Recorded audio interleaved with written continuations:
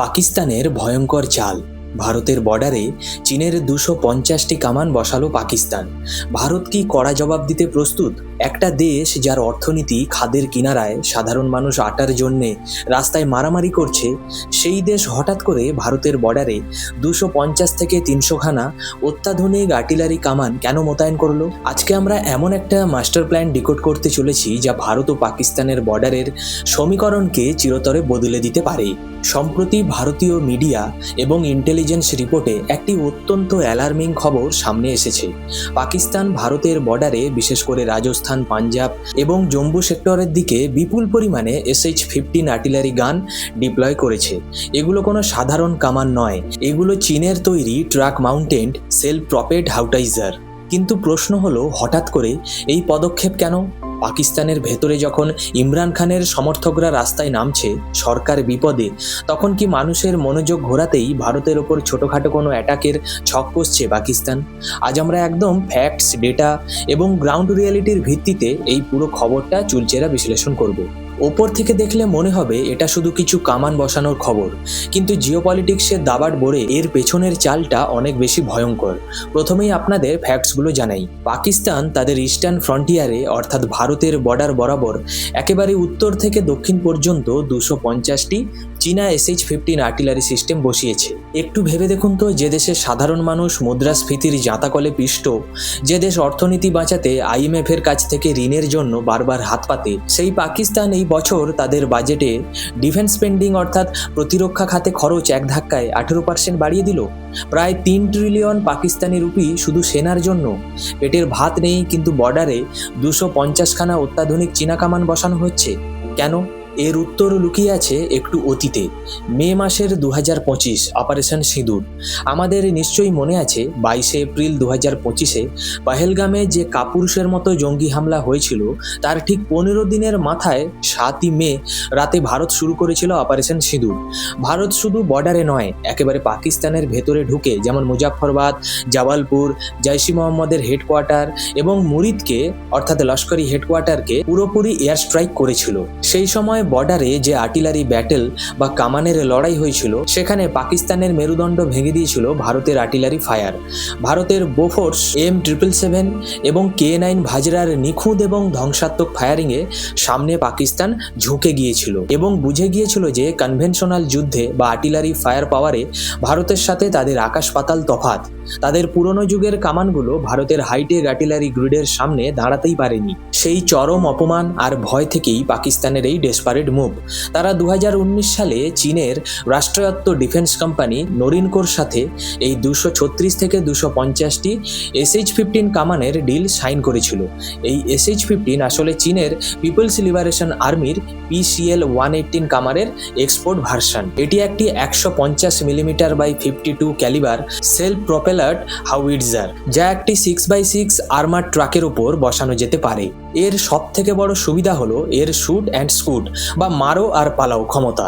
এটি মাত্র 60 সেকেন্ডে 6টি গোলা ফায়ার করে ভারতের কাউন্টার অ্যাটাক আসার আগেই নিজেদের জায়গা বদলে ফেলতে পারে। এর স্পিড রাস্তায় প্রায় 90 কিমি পার ঘন্টা। অটোমেটেড ফায়ার কন্ট্রোল সিস্টেমের সাথে স্পেশাল VLAP গোলা ব্যবহার করলে এটি 50 থেকে 72 কিলোমিটার পর্যন্ত দূর পর্যন্ত নিখুঁত আঘাত আনতে পারে। শুধু কামান কেনাই নয়, চীন এই কামানের ট্রান্সফার অফ টেকনোলজি পাকিস্তানকে দিয়ে দিয়েছে, যার ফলে পাকিস্তানের হেভি ইন্ডাস্ট্রিজ ট্যাক্সিলা এখানে এই কামান তৈরি হচ্ছে। অর্থাৎ পাকিস্তান তার আর্টিলারি ফোর্সের পুরোপুরি চীনাকরণ শুরু করে ফেলেছে। এখানেই শেষ নয়, পাকিস্তানের সেনাপ্রধান আসিফ মুনির সম্প্রতি রাওয়ালপিন্ডিতে চীনা রাষ্ট্রদূতদের সামনে দাঁড়িয়ে ঘোষণা করেছেন যে চীন ও পাকিস্তানের সম্পর্ক এখন টাইম অ্যান্ড টেস্টেড এবং তারা একসাথে সমস্ত চ্যালেঞ্জের মোকাবিলা করবে। অর্থাৎ অপারেশন সিঁদুরে মার খাওয়ার পর পাকিস্তান এখন পুরোপুরি চীনের কোলে গিয়ে বসেছে এবং ভারতের বিরুদ্ধে একটা নতুন আর্টিলারি যুদ্ধ তৈরির পরিকল্পনা করছে। বন্ধুরা, এখানে আপনাদের কি মনে হয়, চীন কি আসলে নিজের দেশের অর্থনীতি আর বর্ডার সামলে পাকিস্তানকে দিয়ে ভারতের সাথে একটা প্রক্সি ওয়ার খেলার চেষ্টা করছে, নাকি চীন আসলে ভারতের K9 ভাজরার সামনে নিজেদের SH-15 কামানের টেস্টেড ড্রাইভ নিচ্ছে পাকিস্তানের কাঁধে বন্দুক রেখে? আপনাদের মতামত অবশ্যই কমেন্ট বক্সে বক্সে জানাবেন। এবার আসুন সেই আসল প্রশ্নটাই আসি, যা কোনো মূলধারার মিডিয়া আপনাকে সহজে বলবে না। পাকিস্তান কি সত্যি নিজেদের ক্ষমতার এত বড় ডিফেন্স আপগ্রেড করছে, নাকি ওরা নেপথ্যে কোনো বড় শক্তির সুতো নিয়ে টানাটানি চলছে? উত্তরটা কিন্তু জলের মতো পরিষ্কার। আপনারা যদি একটু ঠান্ডা মাথায় বিশ্ব রাজনীতি এবং ডিফেন্স ডেটা অ্যানালাইসিস করেন, তবে দেখবেন চীন এখন শুধু পাকিস্তানের মিত্র নয়, তারা কার্যত পাকিস্তানের পুরো মিলিটারি ইন্ডাস্ট্রিয়াল কমপ্লেক্সকে নিজেদের নিয়ন্ত্রণে নিয়ে নিয়েছে। একসময় আমেরিকা পাকিস্তানকে F-16 যুদ্ধবিমান বা বিভিন্ন মিলিটারি গ্র্যান্ট দিত, কিন্তু আমেরিকার সেই দিন শেষ। আজ পাকিস্তান মিলিটারির 90% সাপোর্ট আসে বেজিং থেকে। আমেরিকা যা কোনো দিন তাদের দেয়নি, চীন সেটা একটি থালায় সাজিয়ে পাকিস্তানকে দিচ্ছে। চলুন সেই তালিকাটা একবার দেখে নেওয়া যাক। চীন কিভাবে পাকিস্তানকে মাথার চুল থেকে পায়ের নখ পর্যন্ত অস্ত্রসজ্জিত করে রেখেছে। প্রথমটি হলো এয়ার ডিফেন্স বা আকাশ সুরক্ষা। চীনের তৈরি অত্যাধুনিক medium to long range surface two air missiles HQ-16 এবং HQ-9B। দ্বিতীয় হলো ফাইটার জেট অর্থাৎ আকাশসীমা। ভারতের রাফায়েলকে কাউন্টার করবার জন্য চীনের দেওয়া J-10C এবং যৌথভাবে তৈরি F-17 ব্লক 3, এটাও পাকিস্তানকে চীন দিয়েছে। তৃতীয় যেটা দিয়েছে ওটা হলো মিসাইল ফায়ার পাওয়ার। দীর্ঘ পাল্লার বিয়ল্ড ভিজুয়াল রেঞ্জ অর্থাৎ BVR মিসাইল PL-15, এটাও চীন পাকিস্তানকে দিয়েছে। এবং চতুর্থ হলো ল্যান্ড ফোর্স বা স্থলবাহিনী। চীনের তৈরি সর্বাধুনিক VT-4 main battle tank, A-100E multiple rocket launcher, এই সব কিছু SH-15 এবং ট্র্যাক মাউন্টেড হাউইটজার, এগুলো সবই কিন্তু চীন পাকিস্তানকে দিয়েছে ভারতের বিরুদ্ধে লড়বার জন্য। একদিকে চীন জানে ভারতের সাথে সরাসরি লাদাখে বা এলএসিতে যুদ্ধ করতে গেলে তাদের নিজেদের অর্থনীতি মারাত্মক ধাক্কা খাবে। ভারত এখন বিশ্বের 5ম বৃহত্তম অর্থনীতি এবং এক বিশাল বাজার। তাই চীন সরাসরি যুদ্ধ না করে একটা মনস্তাত্ত্বিক সামরিক প্রক্সি ওয়ারে খেলা খেলছে। চীন চায় না ভারত এশিয়ার রাজনীতি ছাপিয়ে গ্লোবাল সুপার পাওয়ার বা কোয়াডের শক্তিশালী সদস্য হিসেবে আত্মপ্রকাশ করুক। ভারতকে দক্ষিণ এশিয়াতে আটকে রাখতে, ভারতের সেনার ফোকাস ও বাজেট অন্য খাতে ঘোরাতে পাকিস্তান নামক এই অস্ত্রের গুদামকে ভারতের ঘাড়ে লেলিয়ে দিচ্ছে চীন। আর চীনের এই চালের সব থেকে বড় প্রমাণ কি জানেন? একদিকে চীন বর্ডার বরাবর পাকিস্তানকে এই SH-15 কামান আর মিসাইল দিচ্ছে, আর ঠিক অন্যদিকে ভারতের সাথে সীমান্তে শান্তির নাটক করছে। আপনারা শুনলে অবাক হবেন, দীর্ঘ 6 বছর পর 2020 সালের গালওয়ান সংঘর্ষ এবং কোভিডের পর যা বন্ধ ছিল, উত্তরাখণ্ডের লিপু লেক এবং হিমাচল প্রদেশের সিপকি লা পাস দিয়ে ভারত ও চীনের বর্ডার ট্রেড পরীক্ষা, সেগুলো আবার আনুষ্ঠানিকভাবে শুরু হতে চলেছে। অর্থাৎ চীনের পলিসিটা বুঝুন, ভারতের সাথে নিজেদের বর্ডারে ট্রেড করো, ব্যবসা থেকে বিলিয়ন বিলিয়ন ডলার উপার্জন করো, আর সেই টাকার একটা অংশ দিয়ে পাকিস্তানকে অস্ত্র জুগিয়ে ভারতের বর্ডারে অশান্তি জিইয়ে রাখো। কিন্তু এই খেলায় পাকিস্তান কি ভুল করছে জানেন?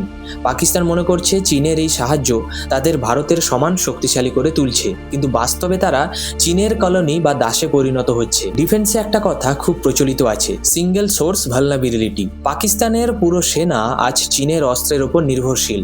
কাল যদি কোনো কারণে বেজিং পাকিস্তানের উপর অসন্তুষ্ট হয়ে স্পেয়ার পার্টস বা গোলাবারুদ সরবরাহ বন্ধ করে দেয়, তাহলে পাকিস্তানের এয়ারফোর্স বা আর্টিলারি 24 ঘন্টার মধ্যে কিন্তু অচল হয়ে পড়বে। এর বিপরীতে ভারতের স্ট্র্যাটেজিটি দেখুন। ভারত কখনো কোনো একটা দেশের ওপর নির্ভরশীল নয়। ভারতের বিমান বাহিনীতে যেমন ফরাসি রাফায়েল আছে, তেমনি সুখোই ও মিগও রয়েছে রাশিয়া থেকে। ডিফেন্সে ইসরায়েলের ড্রোন এবং র্যাডার, আমেরিকার অ্যাপাচি এবং MQ-9B ড্রোন, আর সব থেকে বড় কথা আমাদের নিজস্ব মেক ইন ইন্ডিয়া এবং আত্মনির্ভর ভারত প্রজেক্ট। বন্ধুরা, আপনারা কি মনে করেন, যে দেশ নিজের সমস্ত অস্ত্রের জন্য চীনের ওপর নির্ভরশীল, তারা কি সার্বভৌম সিদ্ধান্ত নিতে পারবে, নাকি যুদ্ধ বাঁধলে চীন পাকিস্তানের রিমোট কন্ট্রোল নিজের হাতে রাখবে? আপনাদের কি মতামত কমেন্ট বক্সে অবশ্যই লিখে জানান। এবার আসি আসল খেলায়। বর্ডারে যদি যুদ্ধ লেগেই যায়, তাহলে পাকিস্তানের এই চীনা কামানের সামনে ভারতের জবাব কি হবে? উত্তর হলো দ্য মাইন্টি K9 ভাজরা, অর্থাৎ ওটাকে বজ্রও বলা হয় অনেক সময়। চলুন এটা সরাসরি তুলনা করে দেখি। প্রথম হলো মোবিলিটি।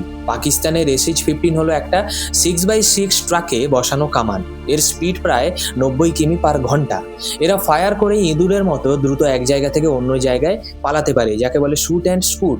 কিন্তু এর বডিতে কোনো আর্মার বা বর্ম নেই। ভারতের একটা সাধারণ গোলাও যদি এর গায়ে লাগে তবে পুরো ট্রাকটা ধ্বংস হয়ে যাবে। অন্যদিকে ভারতের K9 বজ্র, এটা হলো ট্রাকে চলা বা ট্রাকের মতোই চেন দেওয়া সিস্টেম। এর স্পিড ট্রাকের থেকে কম হলেও রাজস্থানের রুক্ষ মরুভূমিতে বা পাহাড়ের উঁচু নিচু জায়গায় এটি অপ্রতিরোধ্য। সব থেকে বড় কথা, এটি হেভিলি আর্মার, অর্থাৎ শত্রুর ছোটখাটো গোলা এর ভেতরে থাকা সেনাকর্মীদের কোনো ক্ষতিই করতে পারবে না। পাকিস্তানের SH-15 এর রেঞ্জ সাধারণ গোলার 30 থেকে 40 কিমি এবং স্পেশাল V-ল্যাব গোলায় 50 থেকে 72 কিমি পর্যন্ত হয়। ভারতের K9 বজ্রর রেঞ্জ 40 থেকে 50 কিমির ঘরে।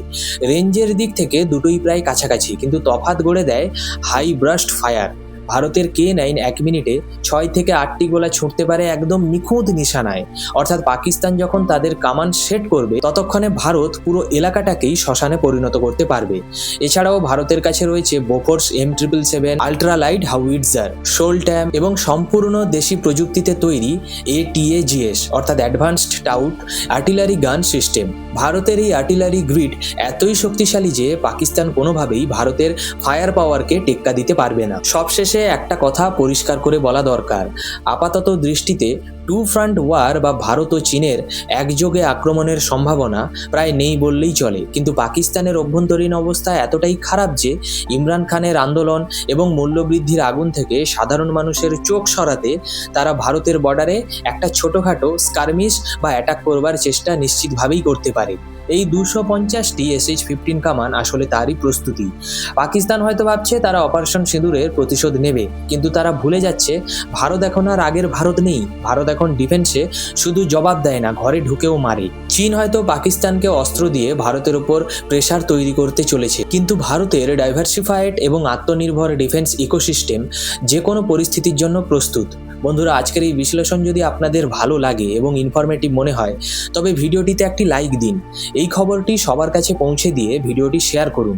আর এরকম ফ্যাক্ট বেসড ডিফেন্স এবং জিওপলিটিক্স এর আপডেট বাংলায় পেতে আমাদের চ্যানেলটিকে সাবস্ক্রাইব করতে ভুলবেন না। দেখা হচ্ছে পরের ভিডিওতে। জয় হিন্দ, বন্দে মাতরম।